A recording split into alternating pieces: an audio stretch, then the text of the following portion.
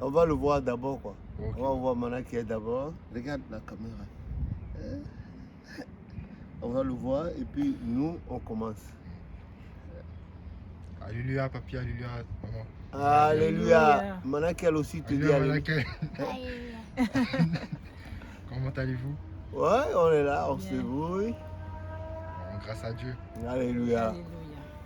Je profite de votre présence pour vous poser quelques petites questions, notamment qui concernent l'évangélisation. C'est-à-dire, d'abord, j'aimerais savoir, parce que nous parlons d'évangéliser, mais qu'est-ce que réellement évangéliser veut dire, surtout dans l'église du christianisme céleste?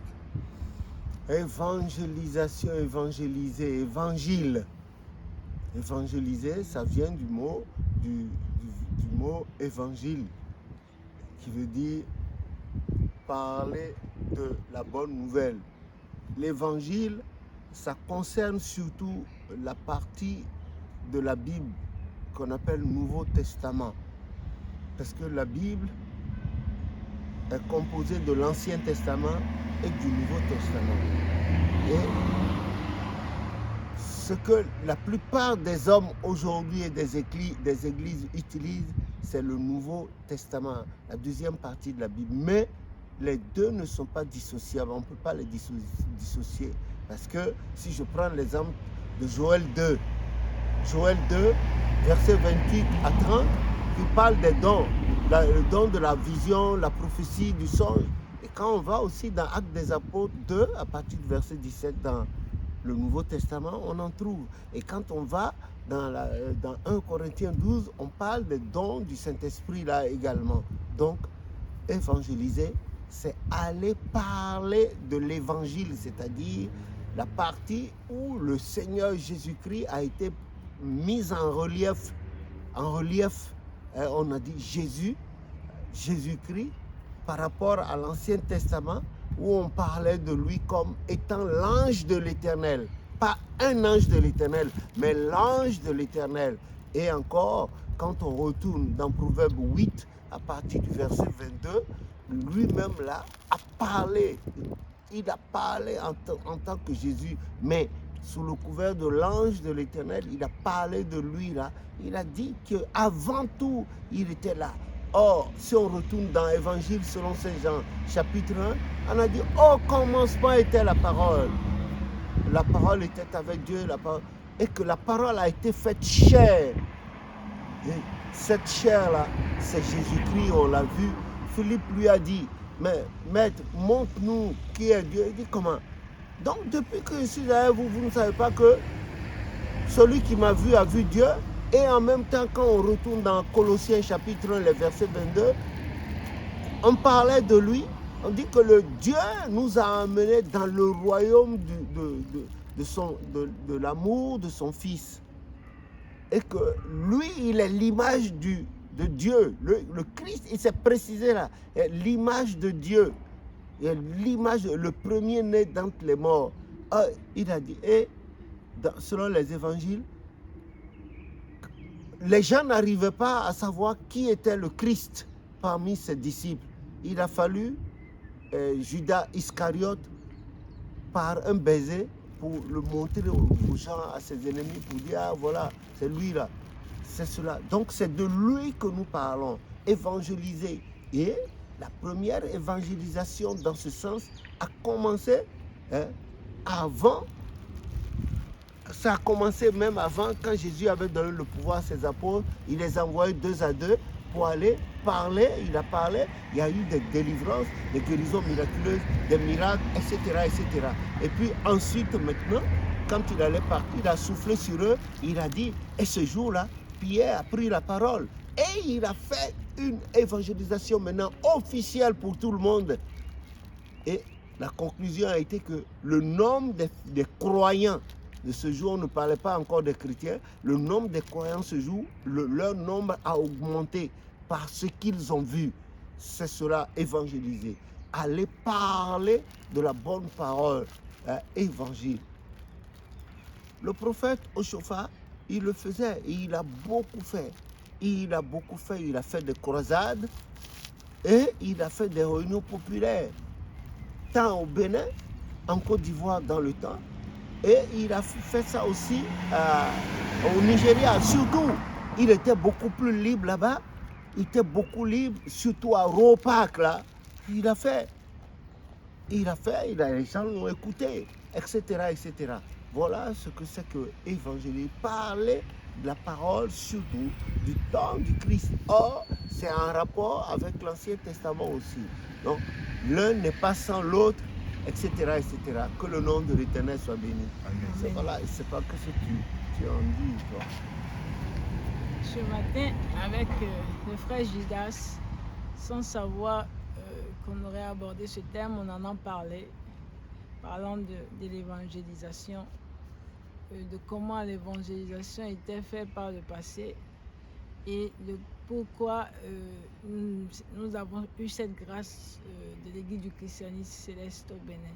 Et je lui racontais que j'ai fait une petite expérience chez les évangéliques, parce que nous sommes de l'Église du christianisme céleste.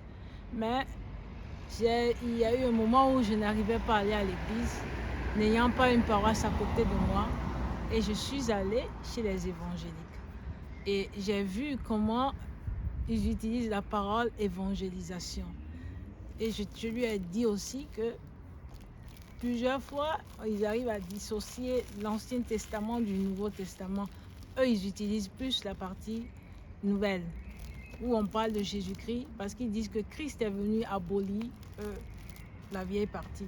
Non. Pourtant, Je ne t'interromps pas, le Christ n'a jamais aboli la vieille. Il faut lire, à cet effet, il faut lire Matthieu chapitre 5, à partir du verset 16, 17, 18. Le Christ n'a jamais aboli. Le Christ est venu, il a dit qu'il était venu. Il a dit qu'il était venu non pas pour abolir, mais pour accomplir. Et chaque fois qu'il intervenait pour délivrer les gens, il leur disait, bon, maintenant, allez-y, allez voir le sacrificateur et qu'il vous fasse ce que la loi de Moïse a dit. Le Christ n'a fait qu'abolir le sacrifice perpétuel, le sacrifice de sang d'animaux. Voilà. Oui, tu peux continuer. Et pourtant, nous, dans l'église du christianisme, on voyage toujours avec les deux parties.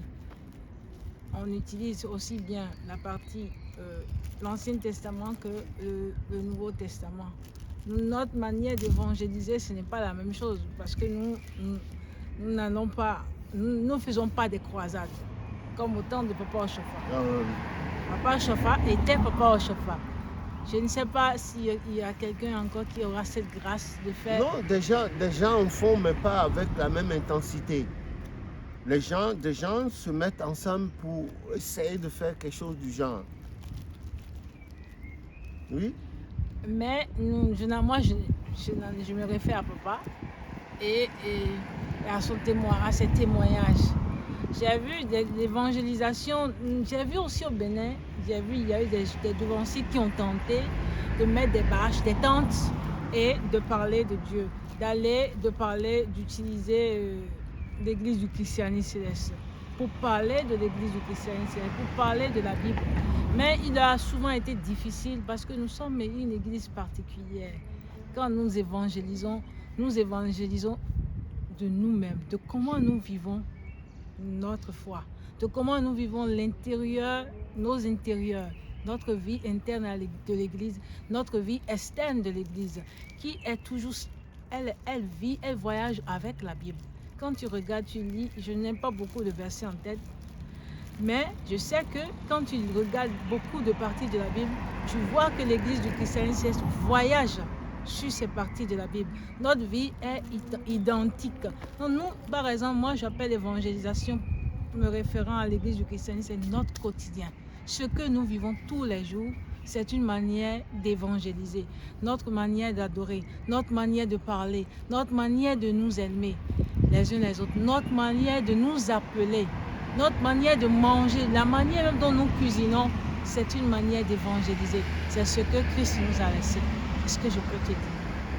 C'est-à-dire, gagner des cœurs, gagner des hommes, des femmes, des enfants à la cause de la parole de Dieu. La cause de la parole de Dieu, c'est-à-dire sans même prêcher, c'est-à-dire le comportement. Les gens regardent le comportement. Ils disent, ah, mais ces gens-là, dans le quartier, leurs enfants ne se promènent pas n'importe comment, ils ne s'habillent pas n'importe comment. Le père, la mère sont toujours ensemble, les enfants s'habillent et ils saluent les gens. Et puis, ceux desquels Dieu veut gagner les cœurs, ils regardent, ça les intéresse. Même les enfants disent, ah, sa femme, tu as vu ces gens-là? La femme dit au mari, tu as vu ces gens? Ah, ils sont... Est-ce que nous aussi, on ne peut pas essayer? Et petit à petit, la femme, elle change ses habitudes. L'homme également, les enfants. Allez, sans avoir ouvert la bouche pour dire à quelqu'un, Jésus, allez, par votre comportement, c'est-à-dire que vous avez été moulé dans la parole de Dieu avant, en amont, et puis maintenant en amont, les gens vous voient, comment vous vous comportez, vous vivez selon la parole. Alors, ça permet aux gens aussi de gagner des cœurs à Dieu. Et cela, l'évangélisation, avec la Bible, sans la Bible, mais là avec le comportement. Parce que les gens, ils ont la Bible, mais le comportement ne suit pas. Hein? C'est ce qu'on appelle en anglais lukewarm Christian, c'est-à-dire des chrétiens tièdes ou bien des chrétiens formalistes. On se conforme à ce qui doit être fait. Il faut aller à l'église les dimanches matins, mettre de beaux costumes, la femme de belles jupes, des chaussures, et puis généralement ils vont au culte en retard. Et ils arrivent et allez, ils marchent. Ils oublient qu'ils sont en présence de Dieu. On entend les talons des chaussures. Plop, plop, plop, et tout le monde se retourne pour les regarder. C'est eux. Ça s'arrête comme ça. Ce n'est pas cela. C'est le comportement.